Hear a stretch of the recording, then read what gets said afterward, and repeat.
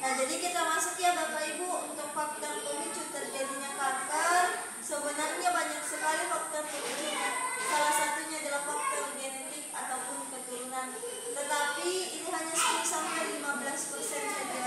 Kemudian yang kedua, kalau kimia dan fisika, kimia Bapak Ibu dari asap rokok, kendaraan dan juga asap pabrik. Sedangkan fisika itu dari gelombang elektromagnetiknya kita, seperti kita punya HP, laptop ataupun televisi yang ada di rumah. Nah, untuk makanan dan minuman yang mengandung karsinogen ataupun pengawet, contoh kecilnya Bapak Ibu mie instan ataupun Indomie.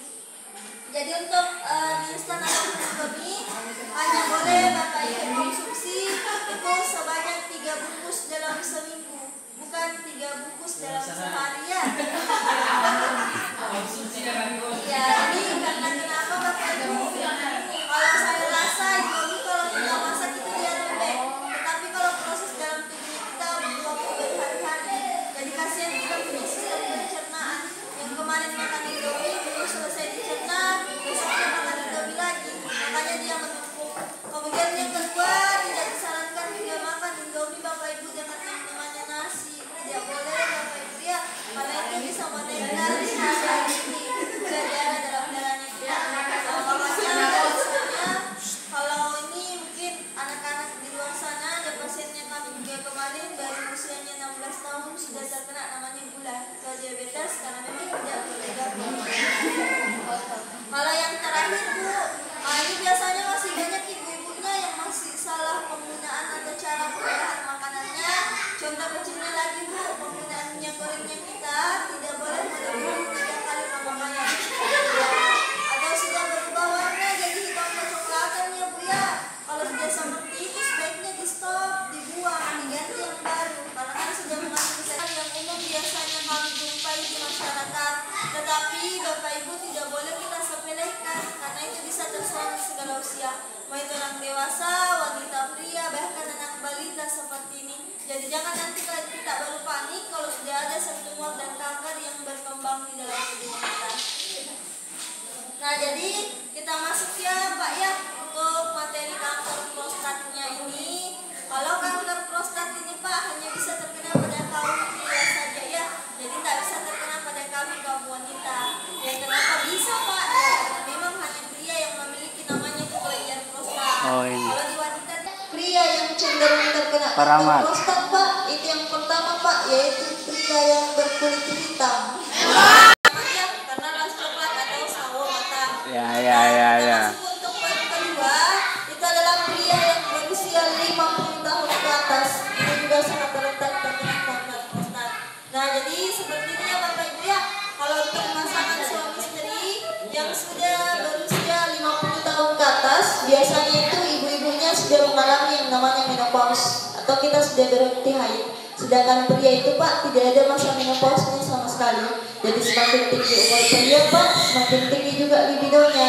Makanya Bu, untuk ini kanker prostat yang disebabkan oleh istrinya Bapak muncul poin ketiga ya Bu ya, yaitu hubungan intim suami istri yang sangat jarang sehingga suami sering menanya hasrat. Jadi perlu ya kerjasama antara Bapak dengan Ibu. Jadi Bu jangan biarkan suaminya sering menanya hasrat. Contohnya ini seperti pekerja kantoran atau supir yang terlalu lama duduk tetapi kurang olahraganya. Kemudian yang terakhir adalah merokok. Nah, jadi kita lihat ya Pak, untuk gejala awal orang terkena kanker prostat, kalau bapaknya sudah merasa susah buang air kecil Pak, atau malah sebaliknya mau terus buang air kecil terasa sakit atau tidak tidak tuntas menetes.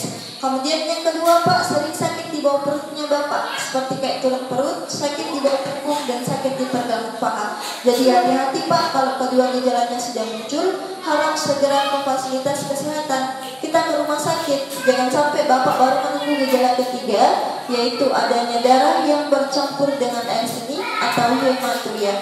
Jadi maksudnya ini air urinnya Bapak atau air kencingnya sudah berubah warna, tidak lagi berwarna jernih maupun kuning lagi, melainkan dia sudah seperti darah. Jadi kalau sudah seperti ini Pak, mau tidak mau harus diangkat kita punya kelenjar prostatnya dengan jalan operasi.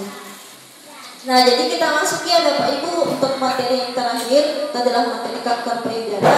kenapa prostat dan kanker payudara kami angkat Bapak Ibu? Karena untuk di Kabupaten Pasangkayu ini juga kami survei banyak yang terkena kanker payudara, tetapi pada ini berkelanjutan atau sudah stadium akhir, baru mereka mau ke rumah sakit dikarenakan malu ataupun tidak tahu gejala awalnya. Jadi makanya Bapak Ibu, untuk program kerja Yayasan Kanker, kami juga membantu masyarakat untuk ini mendeteksi adanya tumor dan kanker pada saat ini. Jadi untuk kanker payudara, mungkin Bapak Ibu mendengarnya itu hanya bisa terkena pada kaum wanita saja, tetapi ternyata bisa juga Pak terkena pada kaum pria.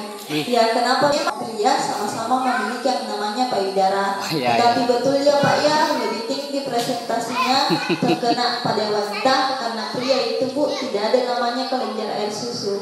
Nah, jadi kita lihat ya Bu ya, wanita yang berisiko tinggi terkena kanker payudara itu yang pertama Bu, wanita yang setelah melahirkan tidak mau menyusui Bu, dengan alasan apapun itu, mau katanya air ASI tidak keluar atau dia sibuk bekerja. Kemudian yang kedua Bu, sama-sama juga beresiko, yaitu wanita yang mau menyusui tetapi hanya sebelah payudaranya saja. Jadi pentingnya Bu ya, menyusui kanan dan kiri secara seimbang. Karena kenapa? Kalau air ASI-nya kita tidak dikeluarkan, itu dia mengendap di dalam kita punya payudara, menjadi benjolan tumor pada payudara. Kemudian yang terakhir, mohon maaf ya Bapak Ibu,